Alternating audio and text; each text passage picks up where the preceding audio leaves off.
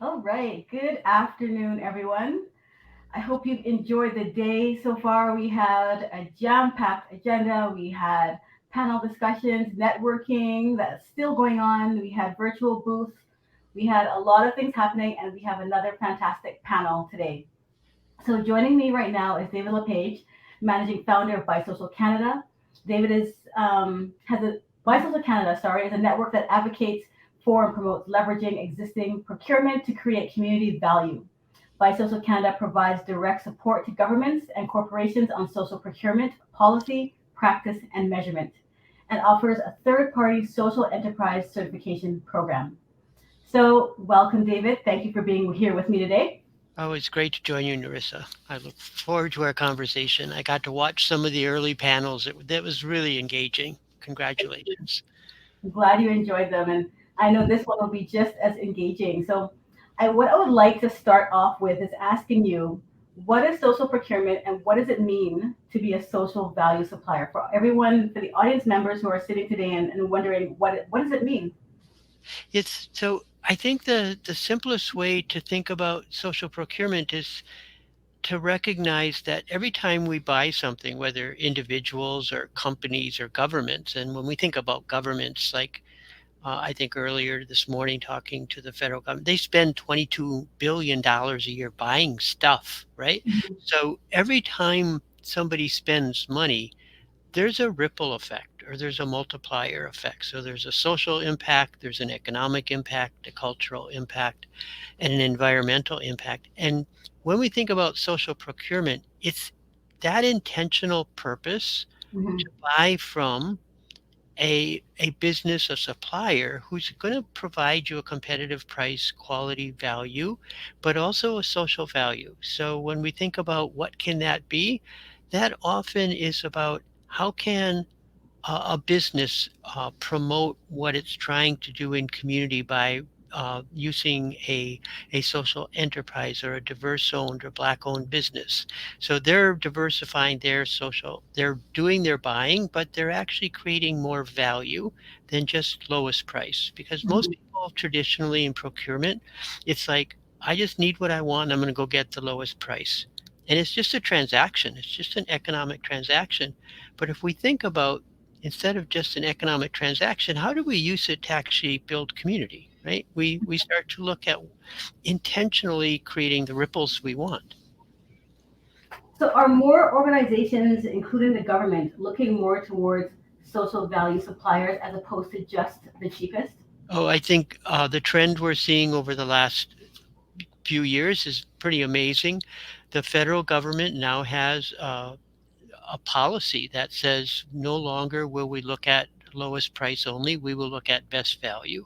Mhm. That it's their responsibility to use procurement to really support the social and the economic goals of the government. So that's on the federal level. So real emphasis there, like how do they increase buying from indigenous owned businesses, from black owned businesses, from social enterprises.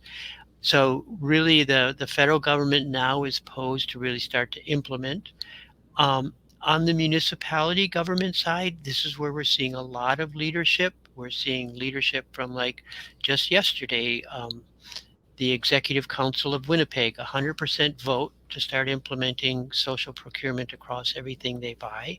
Calgary puts a social value lens, including diverse ownership on every RFP that they put out. Edmonton is increasing.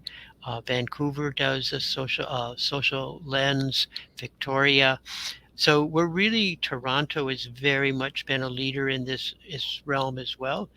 We're really seeing the municipalities. We're seeing the private sector step up. We're seeing companies like SAP commit to 5% of their buy from social enterprises, diverse businesses. We're seeing the construction industry because this is where the kind of marketplace happens. When someone like Calgary says, we want a construction company to build this building, but we want a construction company that creates social value, Mhm. then the construction company starts to look for diverse owned businesses in their supply chain to help win bids. So we're seeing that movement across sectors. We're seeing higher education institutions like the University of Toronto and Simon Fraser University start to say we have a social mandate. Why isn't our social mandate part of our purchasing? Mhm. And I think from what I hear, then it's really incumbent on the larger organizations, like you said, the federal government, the provincial governments, the tertiary institutions, educational institutions, when they turn the lens and say, you know what, we need our contractors to put a social value lens on what they provide, so that they're passing it down and they're saying, okay, now you in turn, if you want to qualify for bids from us, you also have to have this lens. So I think it's making a ripple effect when we have those larger organizations putting in place policies that embed social value into them. Right? Because oftentimes those larger government entities, institutions are going to buy in great big packages. They're going to do fewer requests for proposal, and they're going to have what are referred to as tier one contractors. But they can ask in that process, who's in your supply chain? So oftentimes we find that some of the diverse owned businesses and social value businesses across Canada are going to be smaller businesses. They're not going to necessarily be able to do $1 billion contract, but they can do the subcontracting to deliver that. We think of things like the federal government has one contract to clean all their buildings. Well, there's no one at BGIS who holds that contract who cleans a building. It's small businesses across Canada. So if the federal government says we're driving a social value down through our supply chain, Hmm. then all those big contractors start to look at, wow, how diverse is our supply chain? Who are we contracting with when it gets down to providing services for an individual building?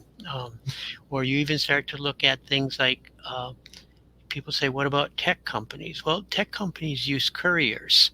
They use cleaning. They use catering. They use other small tech companies to do work for them.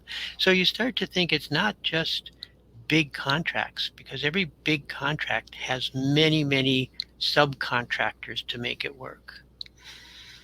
Right.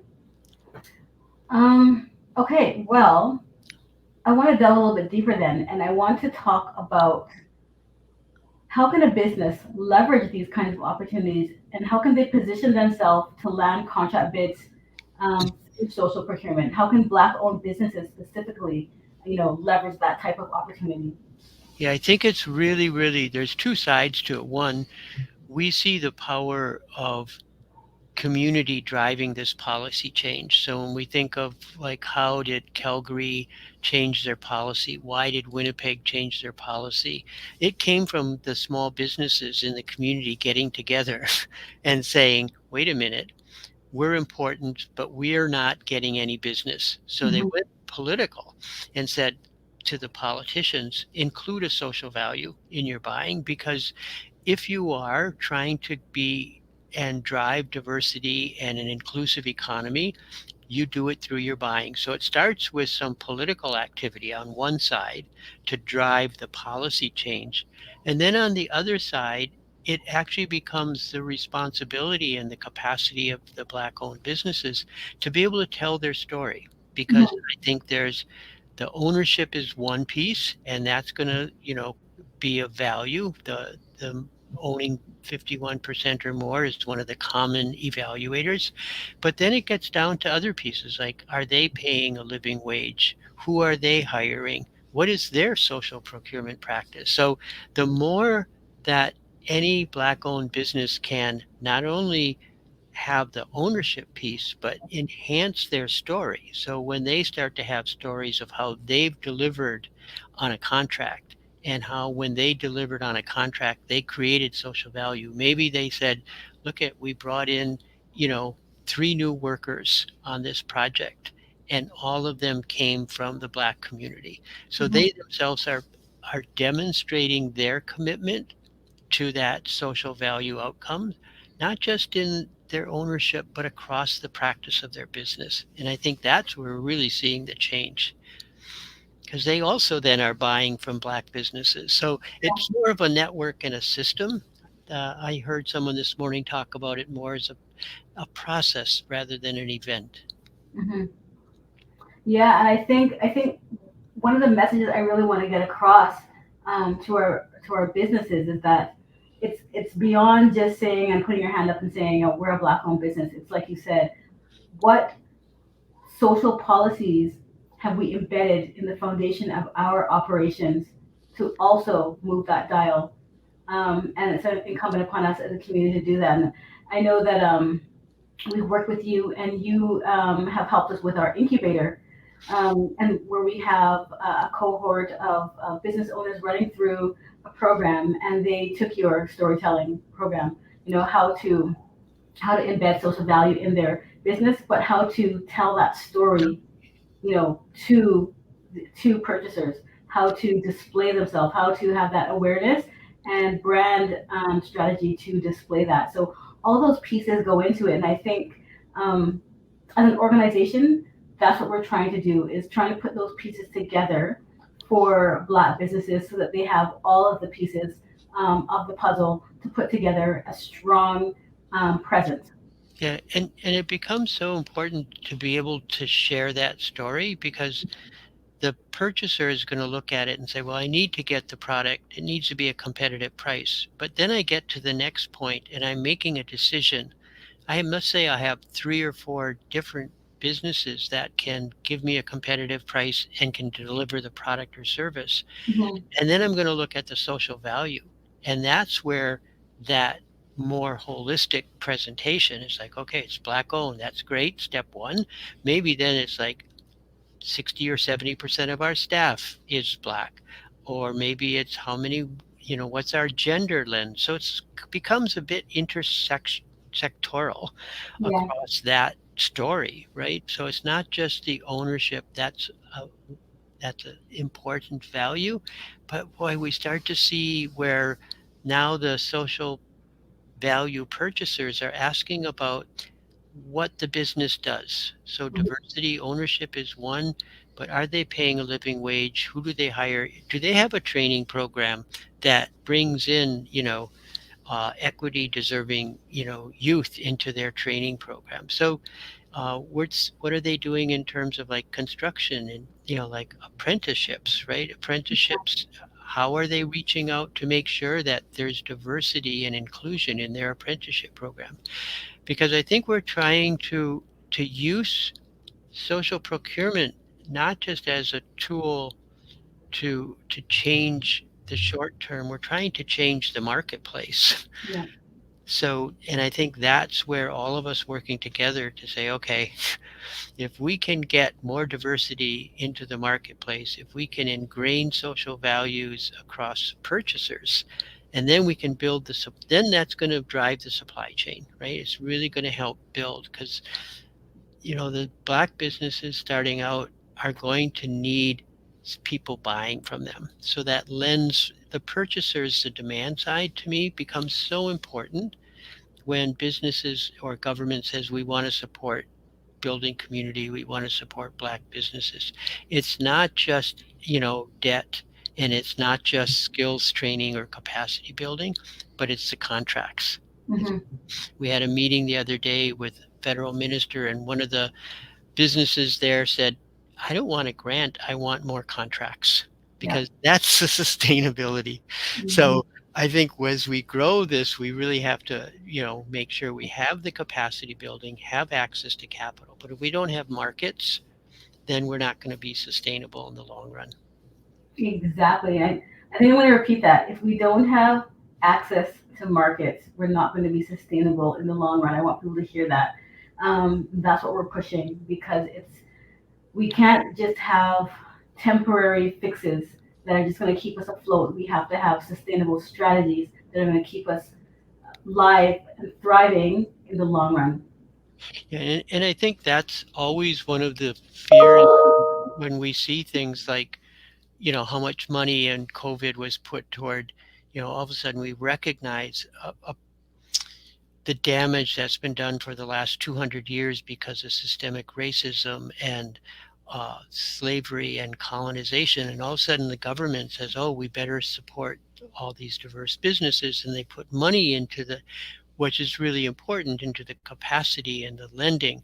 But we really also have to change the market value, because otherwise it's going to be so short term and disappointing in the long run. Yeah, agreed.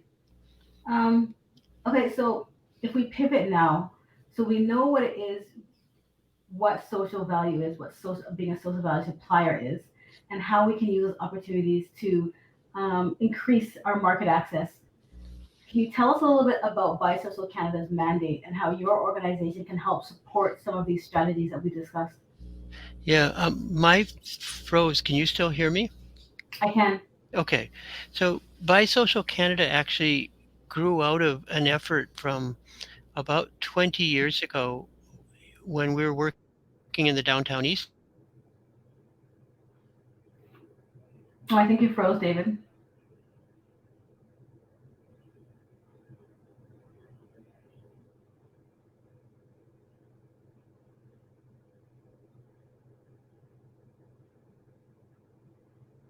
Okay, guys, we've got technical difficulties. We're going to try to get David back in a second. Hang tight, and we will continue the discussion. If only I had some music to play for you. While we're waiting for David to get back on, if you have any questions, in the bottom right of your screen, you will see a chat icon. Click on that and put any questions you have. You can either put them in the Q&A or you can put them into the chat.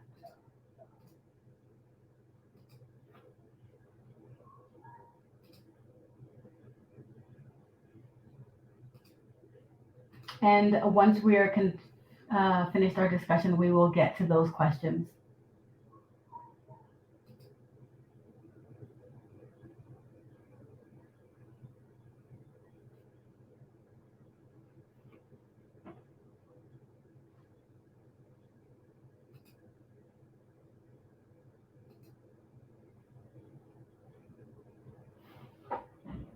So we can't have a day of virtual technology without at least one or two glitches, right?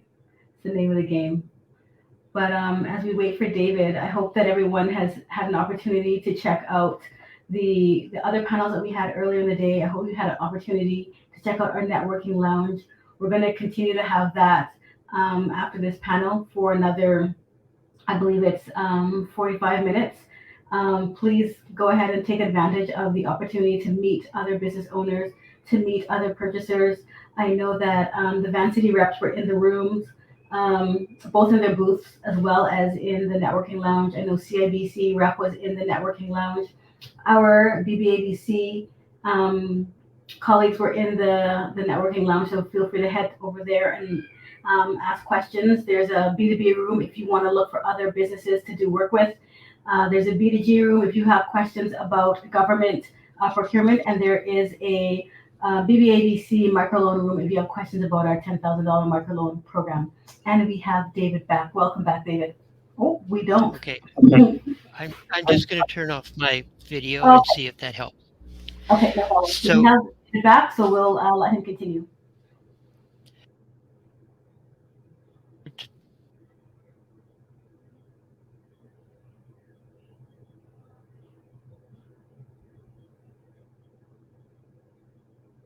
I'm not hearing you, David. Oh, I think you're on mute. and then how is that? That's perfect. Good.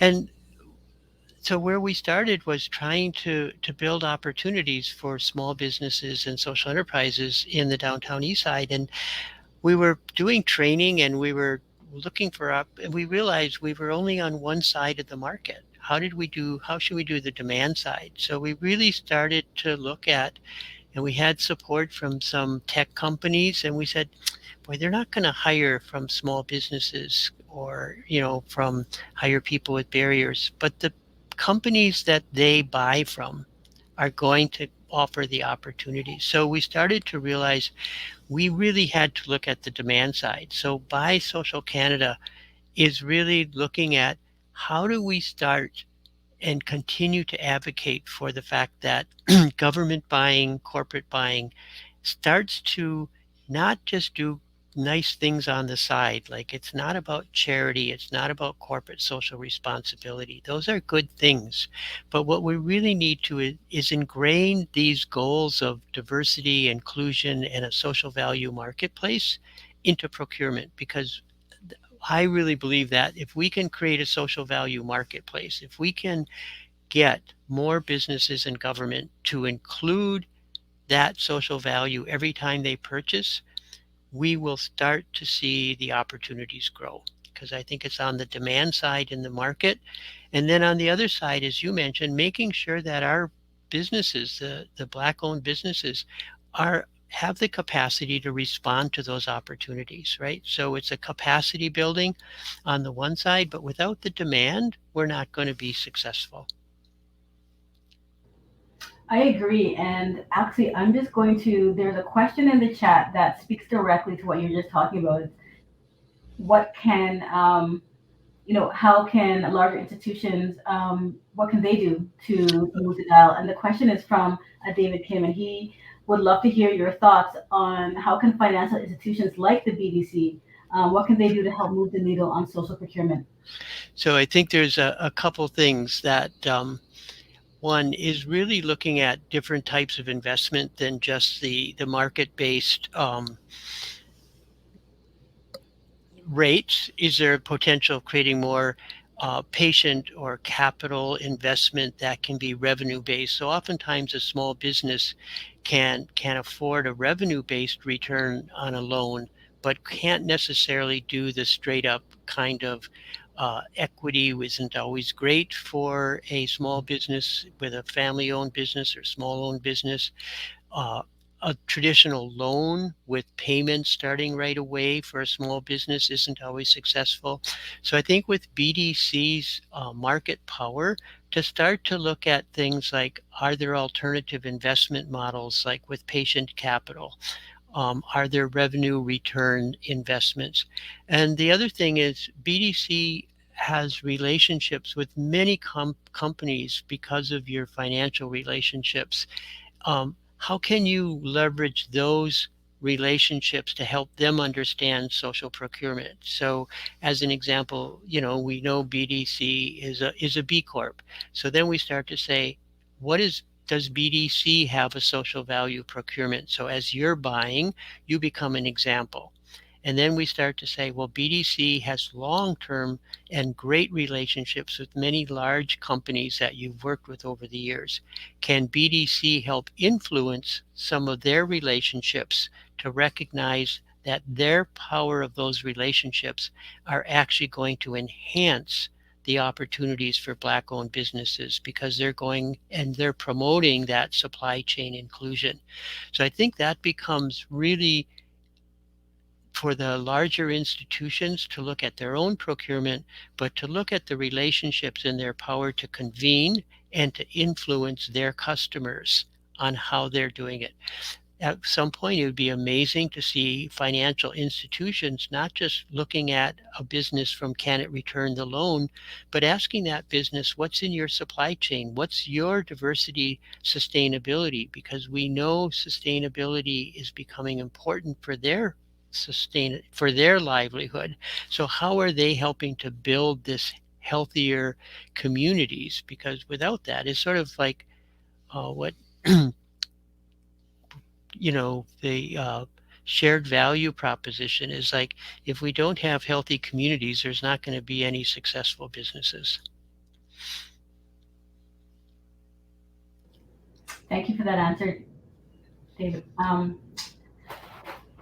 And we know that BDC probably drinks a lot of coffee and buys a lot of paper and probably uses courier services, and probably if they looked at their purchasing across businesses, how much catering they do. I mean, it's interesting because we worked with one company and they never thought they spent much on catering until they looked across the whole business. Mhm. Or we looked at the city of Peterborough, never thought that the credit card spends were influential. Well, when you're spending $250,000 on office supplies with a family owned business in the community, that's keeping that business open. Yeah. City of Victoria started to look at just their credit card spend across 400 employees. And do you go to a small Black-owned business in the community, or do you go to Amazon? What's the financial ripple effect of that difference, right? Yeah. Thank you, David. I wanted to just touch on a point there or expand on it because there's a couple of things that you mentioned that I want to extrapolate on for the Black business community. So I know a lot of we've been talking a lot about contract bidding for procurement, but one of the things that you mentioned that we learned about during your presentation, I think it was last month, the workshop you gave to us was the credit card spending of companies that don't necessarily have to have go through contract, their usual RFP process. And it's about businesses getting out there and getting their name known by these institutions, whether it's BDC, whether it's the different departments of the federal government, and say, we can provide, this is my company, and we can provide pens. And if it's a I can't remember the number, is it under 40,000? There are credit card spends that don't have to go through that that contract bidding process. So there's so many avenues for Black entrepreneurs to get their feet wet in the procurement process, even beyond going through the RFP process. Right. And the responsibility is, I think, when the Black businesses have their story ready, their product and their pricing, then it's like the BDC looking at below their threshold opportunities, because as a crown corporation, they have to follow trade agreements. But below those thresholds, they have lots of opportunities to make choices. And now, as part of a crown corporation of the federal government, they have a mandate. So hopefully that'll work out well. Mhm. Thank you. We have a question from Clavia. I'm just going to put it up here for everyone to see. Have you noticed any success with other investment models such as co-ops and investment funds across this procurement landscape? Yeah, we're we're starting to see more opportunities, especially because we had one situation where a small company was responding to an RFP, but the the RFP required that they had the equipment necessary to fulfill the contract if they got the contract. And we actually had one of the credit unions in Vancouver write them a letter of credit and say, if you win this contract, yes, we'll be able to provide a loan for you to buy that truck in order to fulfill the contract. So some of the investment models can be things like pre-approval on capital, so that when they go to bid, that money is there. Mhm. We've seen more social value investors start to show up and say, I don't need to look at an exit strategy. Can I get, the equivalent of maybe, I don't know what the interest rate now would be, but we did a deal a couple of years ago, or about a year and a half ago, and it was just a couple $100,000 raised as patient capital, 5-year patient capital loans with no payments for the first year. So people are starting to get outside of, I need to see an immediate return, or I need to see a Google kind of return. They're really getting more concerned about what's the value my money is creating. And that's slowly shifting. But I think that's why the question with BDC having some capital capacity to experiment outside of that becomes so important. Right. Thank you, Thank you, David. I don't see any additional comments or questions in the chat. We have about 2 minutes left. I would love if you could just provide any final comments that you have for the audience today, um, uh, for them to round off and to close up this conversation. So I I think the biggest thing is we need to look at this as changing procurement from being economic transaction to being a tool to transform communities, Mhm. because we know the value when you start to create Black owned businesses. That's going to have such a ripple effect, because then that starts to rebuild capital. That starts to build a whole new generations of opportunities. It's not just for the current owner, it's for the children and it's for their grandchildren, because we're changing the access to capital, we're changing ownership, and we're changing the value that we're putting into what we get when we spend money. Because if we think it's just about spending money, we're not recognizing what a powerful tool we have when we do purchasing. Thank you, David. Thank you for your time today. Thank you for your insights and your thoughts. And thank you to everyone who joined us for this conversation this evening. We hope you have an opportunity to check out the networking lounge again. That will be open until 5:15 Pacific time. And please check out the virtual booth, including Buy Social Canada's booth.